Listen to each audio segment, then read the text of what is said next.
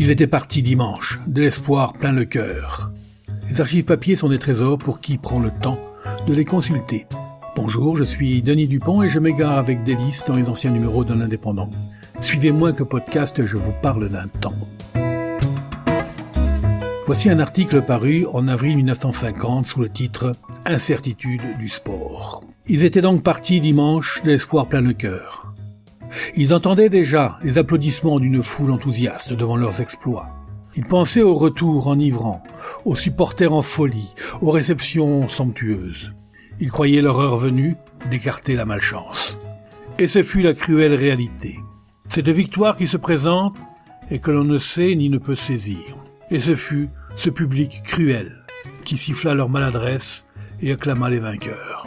Et ce fut le retour, morne, où les plaisanteries forcées ne trouvaient pas d'écho.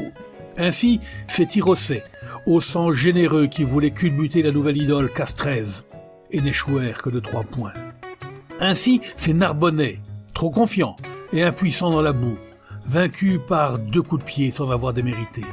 Ainsi, c'est Carmosiens, représentants d'un village jouant crânement leur chance devant un stade toulousain supérieur. Ainsi, nos sympathiques Espérazanais, qui firent trembler Lourdes pendant 80 minutes, ne s'inclinant que sur un coup franc, sévère. Il y en a d'autres qui, se sachant moins forts que leurs rivaux, n'acceptèrent pas moins de jouer crânement leur chance, presque sur un coup de dé.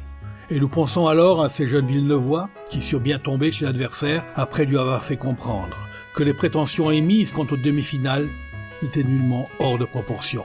Nous pensons encore à ces juniors de l'équipe de France à 13, bonne graine de nos clubs, qui, en un match, ont payé une partie des efforts de leur éducateur. Ayons garde d'oublier ces soccer du Stade français, pourtant habitués à jouer en grands seigneurs, qui ont su puiser dans leur désespoir ou leur honte la volonté nécessaire pour écraser les Rémois, manquant de flamme.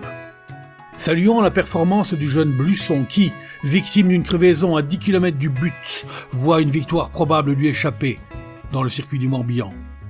Et terminant ce rapide tableau d'un beau dimanche de sport, en nous réjouissant du bel exploit de la jeune Gisèle Valleret, qui donne à la France un record mondial de natation, ce qui ne s'était pas produit depuis fort longtemps.